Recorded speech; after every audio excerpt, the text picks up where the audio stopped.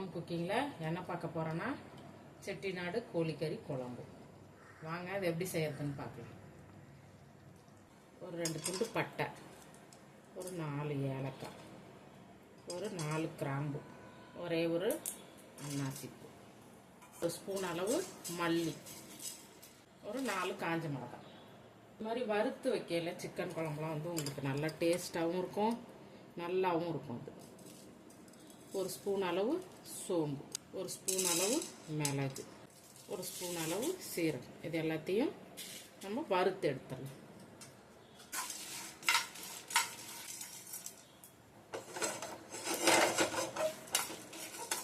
அந்த சீரகம்லாம் நல்ல கலர் மாறி வந்துச்சு.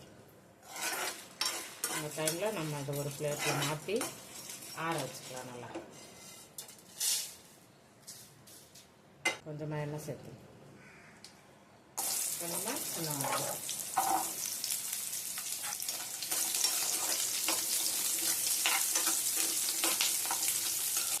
இதுலேயே கொஞ்சம் கருவேப்பிலை சேர்த்துக்கலாம். ஒரு 2 பச்சை மிளகாய்,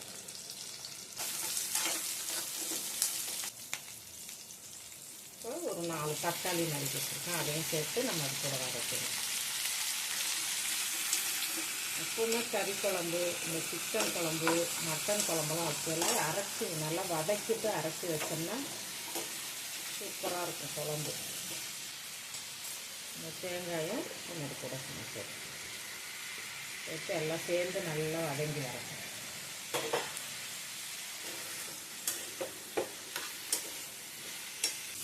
இப்போலாம் இந்த வெங்காயம் தக்காளி எல்லாத்தையும் சேர்த்து நல்லா வதக்கியாச்சு.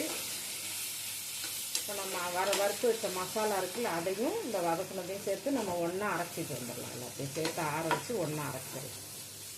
பாத்திரம் வச்சுங்க, கொஞ்சமாக எண்ணெய் சேர்த்து, எண்ணெய் காஞ்சிச்சு, கொஞ்சமாக சோம்பு சேர்த்து, கொஞ்சம் கருவேப்பிலை சேர்த்து, கொஞ்சமாக வெங்காயம் சேர்த்து,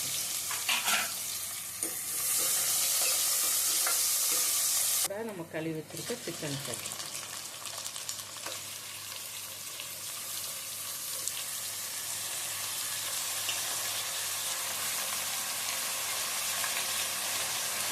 குழம்புக்குள்ள இஞ்சி பூண்டு பேஸ்ட் சேர்த்துக்கணும்.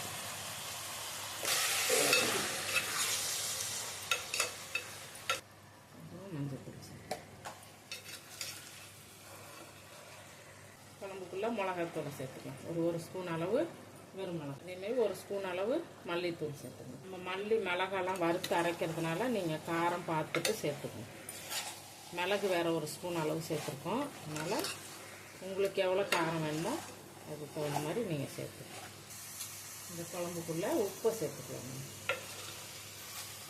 கொஞ்சமாக தண்ணி சேர்த்து கறியை நம்ம நல்லா வேக விட்டுக்கலாம்.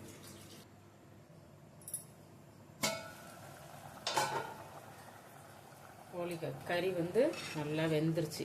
நம்ம போட்ட மிளகாத்தூள், மல்லித்தூள், இஞ்சி பூண்டு பேஸ்ட்டில் நல்லா வெந்துருச்சு. இப்போது நம்ம அரைச்சி வச்ச மசாலாவை அது கூட நம்ம சேர்த்துக்கலாம். மசாலா போட்டு ரொம்ப நேரம் கொதிக்க விடணுங்கிற அவசியம் இல்லை. எல்லாத்தையும் வறுத்து சேர்த்துட்டதுனால கொஞ்சம் நேரம் கொதிச்சாலே ஜார்லேயும் கொஞ்சமாக தண்ணி ஊற்றி கழுவி அது கூட சேர்த்துக்கலாம். இந்த சமயத்தில் நீங்கள் உப்பு பார்த்துங்க, உப்பு மட்டும் எப்படி இருக்குது பத்துதா என்னன்னு பார்த்துட்டு நல்லா ஒரு கொதிக்க விடணும். செம்ம வாசனையாக இருப்பாருங்க குழம்பு. அதுபோல் டேஸ்ட்டும் நல்லா அருமையாக இருக்கும். மல்லியும் போட்டாச்சு.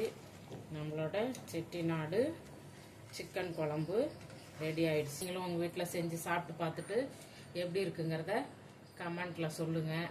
லைக் பண்ணுங்கள், ஷேர் பண்ணுங்கள், சேனலை சப்ஸ்கிரைப் பண்ணி சப்போர்ட் பண்ணுங்கள். நன்றி.